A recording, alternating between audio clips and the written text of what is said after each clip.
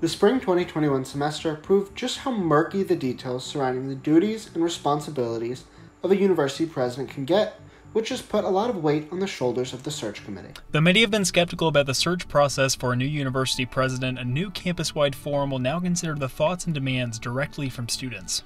I'm Will Kronsberg. And I'm Carlin. You're listening to In the Loop with SGTV News 4.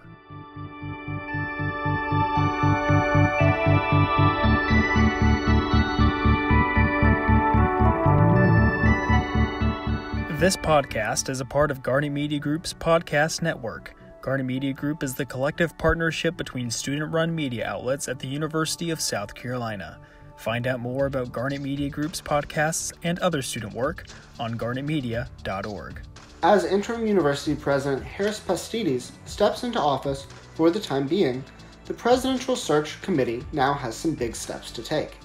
While recent hires for the position have received backlash from the campus and local communities, the university is now offering the chance for students to share their thoughts in a new forum. Also, leaders in South Carolina are rejecting a push for door-to-door vaccination efforts by the White House, which they call a government intimidation tactic. And Dr. Anthony Fauci says that we do not yet know if a COVID booster shot will be needed for those who have already been vaccinated. Stick with us, we'll keep you in the loop.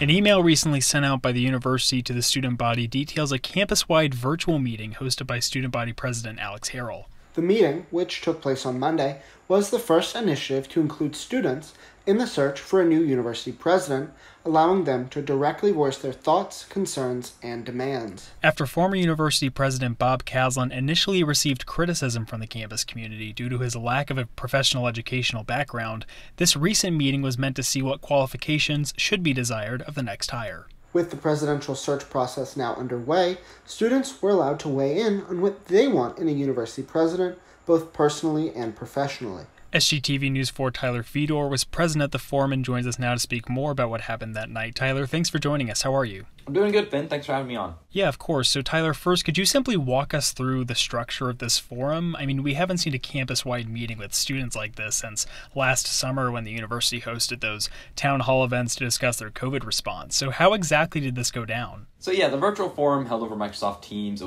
link was sent out in the email. It was about 10 minutes. It was led by student body president Alex Harrell, and students who were present would write in the chat what they wanted to say, and Harrell would respond. He'd also give up some points maybe that he'd want to talk about as well.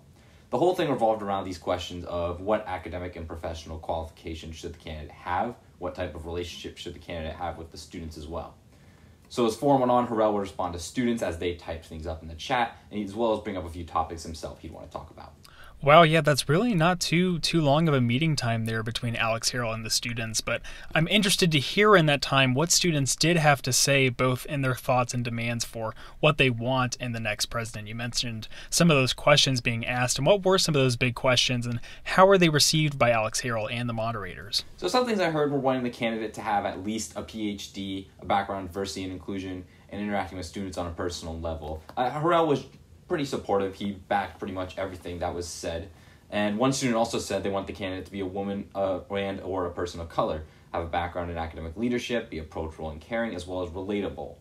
And those were different phrases and ideas that I had heard thrown around or out during the forum. Harrell would pretty much just read them off from the chat. Yeah, you mentioned a background in diversity, equity, and inclusion, and that's something that students here at the university have been pushing for to be more of a campus-wide initiative for years, and we saw that the USC chapter of the NAACP also sent out a letter to that presidential search committee asking for diversity, equity, and inclusion to be considered during the process. But did Harrell or the moderators give any indications on how these thoughts from students would be considered, or if they have made any headway in finding someone to fill the role? So there wasn't a direct answer to the whole how will this feedback be taken in, but Harrell did say more forums would be held in the future with not just students, but also on-campus leaders and USC system leaders as well.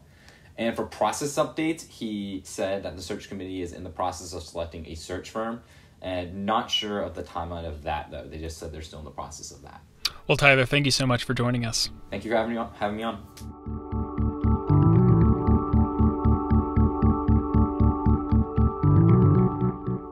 Now, everyone loves a good classic tale or story, right? Kind of like the Star Wars movies, old cars, or even a good book, some things just naturally stand the test of time. But what about something living through both the time and the elements? Now, if you're scratching your head, just wait until you hear this. Conservationists just found a rare historic canoe in some river rapids along the South Carolina-Georgia line, now planning to put it on display. What's even more fascinating is that archaeologists from USC estimate the canoe to be around 200 to 250 years old, which, according to reporting done by Charlotte's 90.7 radio station, can shed light on life in the 1700s. Canoes this old are hardly ever dug up along the Chattooga River, the rapids along the South Carolina-Georgia border where it was found.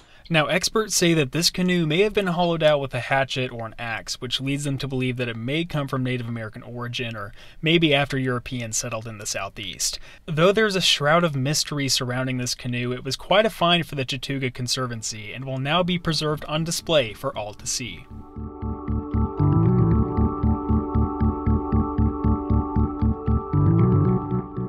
Though just under half of the U.S. population is fully vaccinated against COVID-19 and another 7% have received at least one dose, more protection may still be needed. Pfizer is already seeking FDA approval for a third booster shot, but the CDC, FDA, and Dr. Anthony Fauci have all said they remain unsure if or when Americans may need another vaccine. According to reporting done by CNN, Fauci stated recently that, based on current data, fully vaccinated Americans, regardless of which vaccine they chose to get, do not yet need a booster for COVID-19, but that this could change with further study.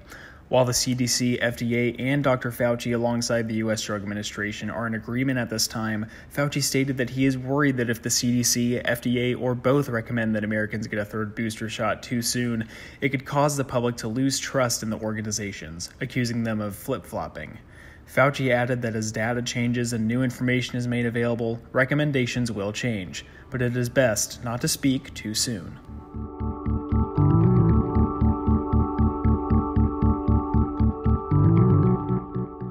After coming up short of his goal of 70% of Americans vaccinated by Independence Day, President Joe Biden highlighted the need for door-to-door outreach to unvaccinated Americans as crucial to emerging from the pandemic. However, South Carolina Governor Henry McMaster went public over the weekend in stark disagreement with the president, calling targeted and unannounced visits to Americans' homes coercion and intimidation. McMaster believes that such pressure from the government will ultimately erode public trust rather than building up a united population moving away from the pandemic. And McMaster is not alone in his criticisms, as state officials in Missouri and Arizona have also expressed worry over the government interfering in private lives. Biden and his team are undeterred, however, with Press Secretary Jen Psaki saying the lack of progress in educating the population on the continued dangers of the virus is literally killing people. On the other hand, Republicans in Congress have taken harsh stances on these vaccination efforts. Republican Congresswoman Marjorie Taylor Greene wrote on Twitter that, quote, "People don't need your medical brown shirts showing up at their door ordering vaccinations," a reference to Adolf Hitler's Nazi soldier uniforms in World War II. This disagreement between federal and state leaders as vaccine rates plateau underscores yet another difference of opinion in how to finally end the major threat of COVID-19 in the United States. To tell us even more now is News 4 reporter Callista Yost. How are you, Callista? I'm doing great, Will. How are you? I'm doing all right, but Callista, to start, can you give us an idea of what exactly the White House was planning with this grassroots, door-to-door strategy to boost vaccinations? Well, President Biden said he wants to take this effort community by community and neighborhood by neighborhood.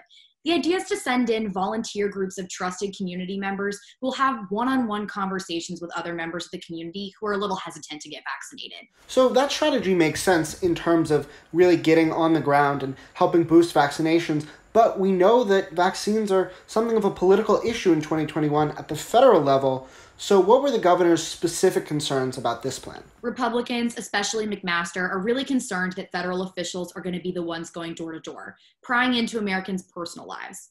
However, White House officials have denied those claims and are insisting that federal officials will not be the ones knocking on citizens' doors. So like we alluded to, the White House is not exactly satisfied with where vaccination rates are at this point in the summer, but with McMaster's reservations about this door-to-door strategy, how does he plan to pick things back up? Well, as of right now, McMaster's stance is that vaccination is a very personal choice and not a place for the government to impede. So it doesn't appear that he's making a big push right at this moment. SCDHEC is still encouraging vaccinations, though. The director, Dr. Edward Skimmer, stressed how important it is for South Carolinians to understand that by not getting vaccinated, they could be putting themselves or their loved ones at risk. Calista, thank you so much for coming on and talking with us. Thank you.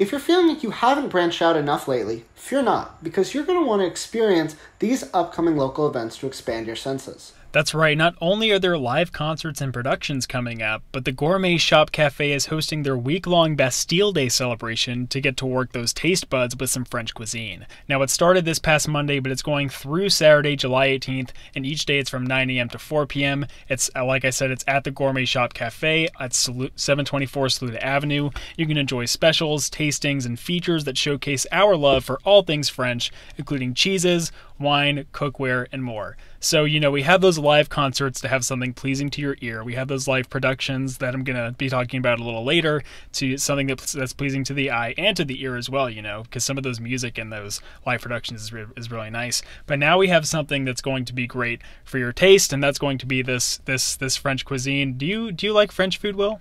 I wouldn't say I'm the most adventurous eater, but I mean, French food sounds pretty good. The cheeses, obviously, French bread. And, this is definitely something to be excited about with Bastille Day this week. I had forgotten, and then seeing this really helped me remember. So I'm actually pretty excited about some fun French celebrations this week. Oh, yeah, exactly. And I'm not trying to be basic here or anything, but you can't go wrong with a nice French baguette or a nice buttery French croissant. Wespecially in the mornings with your coffee, you can't go wrong with that. So this kind of event is going to be really great to go to. Exactly. But if French food, French wine, whatever it may be, is not exactly your taste, and you're looking for more something that's going to please your eyes or ears, we have a new entry on the Columbia concert scene. The Tiny Alley concert series is starting up this week, this Thursday, 6 p.m. to 7 p.m. It's going to be hosted by the City Market at 705 Gervais Street between Grill Marks and Small Sugar, and this is going to be recurring every Thursday from 6 to 7, but it opens this week with a young band, Opus and the Frequencies, composed of USC alumni.